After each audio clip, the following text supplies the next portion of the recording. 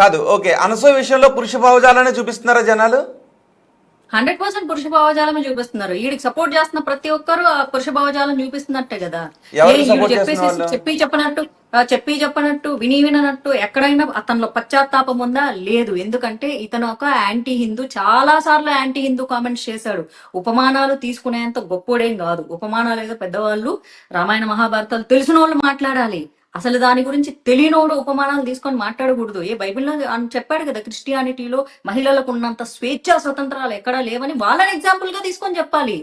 అప్పుడు చెప్పాలి, అరే ఏ పరాయి దేశాల గురించి ఎందుకు, గోవాలో ఉన్నటువంటి అక్కడ నేటివ్ హిందూస్ ని పీకలు కోసి బ్లడ్ తెంపేసి ఇలా అందరిని పేగులు కోసి చంపేసి రక్త మాంసాలతో ఇప్పుడున్న గోవా నగరాన్ని నిర్మించారు అని కదా చెప్పాలి. దాన్ని ఎగ్జాంపుల్ గా కదా తీసుకోవాలి. ఇది ఎందుకు తీసుకుంటున్నారు? ప్రతి వాడికి సీత, సావిత్రి, అనసూయ చాలా ఈజీ కదా వర్డ్స్ అనడానికి. ఫస్ట్ ఆఫ్ ఆల్ ఇలాంటి వాళ్ళని ఫాలో అవుతూ మళ్ళీ అతను అన్నాడు క్షమాపణ చెప్పాడు అని ఫాలో అవుతున్నారు చూడు. వీళ్ళకి సిగ్గు లేదు, వీళ్ళకి ధర్మం లేదు, వీళ్ళకి సమాజం పట్ల బాధ్యత కూడా లేదు.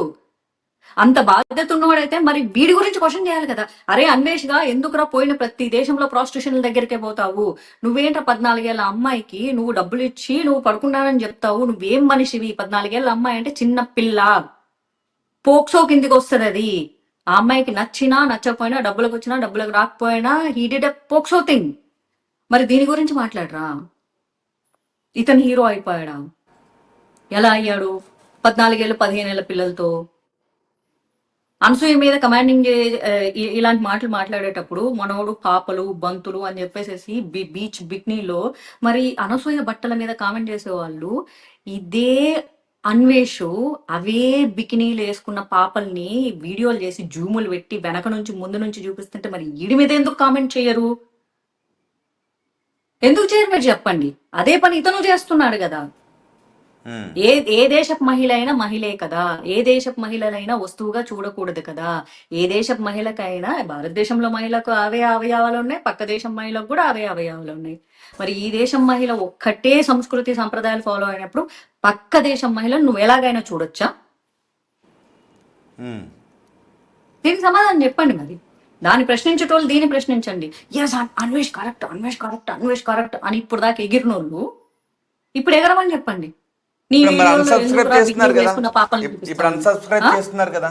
ఇప్పుడు అన్సబ్స్క్రైబ్ చేస్తున్నారు, మొత్తం చేసేసేయాలి. Because is not only anti Hindu, is anti national కూడా. ఈ భారతదేశంలోకి రాను అక్కడ ఏముంది? ఇక్కడే పుట్టాడు, ఇక్కడే పెరిగారు, ఇదే తెలుగోళ్ళ మీదనే ఇప్పటికీ డబ్బులు సంపాదించుకుంటూ బతుకుతున్నాడు. మళ్ళీ ఈ దేశం గురించి మాట్లాడతాడు. వాళ్ళ అమ్మ నాన్న మళ్ళీ ఇక్కడే ఉన్నారు. తీసుకెళ్ళిపోమని చెప్పు వేరే దేశానికి. ఎందుకు ఉంటున్నారు ఇక్కడ?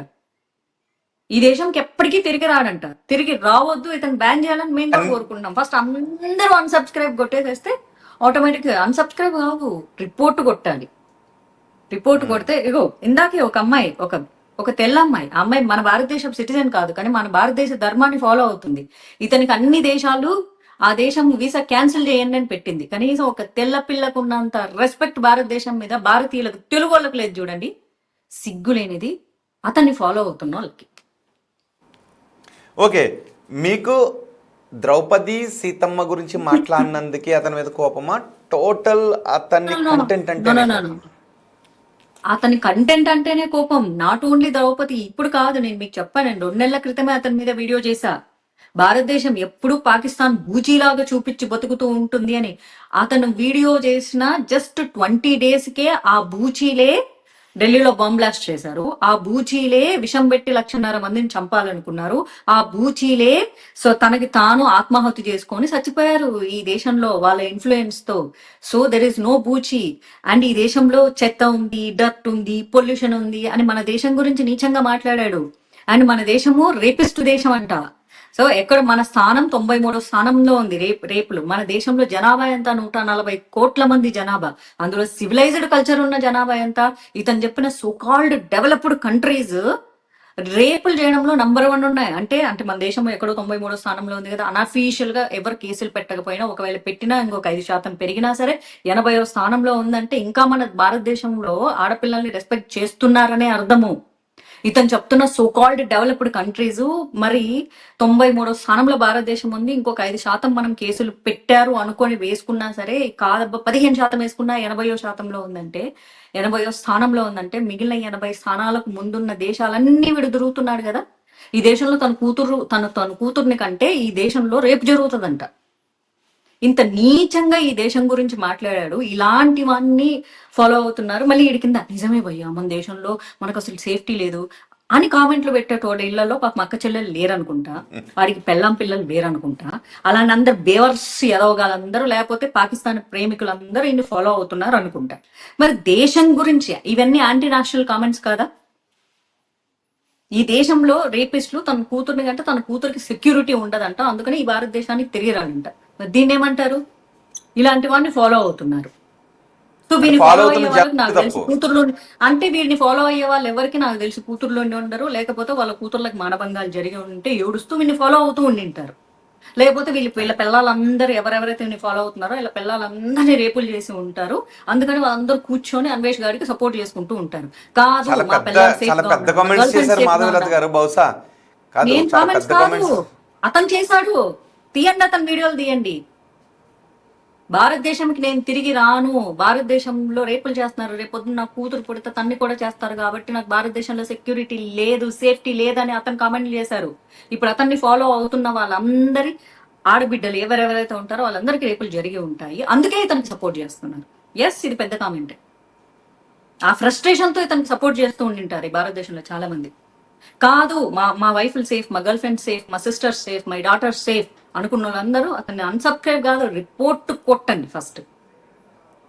అప్పుడు ఇలాంటి వాళ్ళకి బుద్ధి వస్తుంది. ఎందుకంటే ఈ ఫాలోవర్స్ వల్లనే అతనికి అహంకారం నెత్తికెక్కింది. ఓకే, అతను అన్న కామెంట్స్ లో అమ్మాయిలు గుడ్డలిప్పుకుని తిరగండి ఎవడొస్తాడో చూస్తాను అని అన్నాడు. అది అమ్మాయిలకు భరోసా ఇచ్చే కామెంట్ లా అనిపించలేదా? అంటే అండి, అతను ఉప్పుకొని తిరిగే వాళ్ళ వెంటే తిరుగుతున్నాడు కదా అంటున్నా నేను. మీకు అర్థమవుతుందా?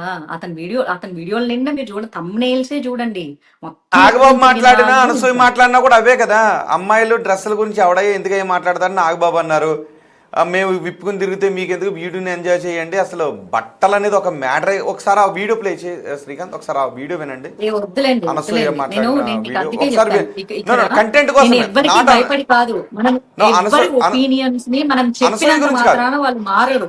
ఆమె ఒపీనియన్ గురించి కాదు, జస్ట్ ఆ వర్డింగ్ గురించి. ఒకసారి అనసూయ బయట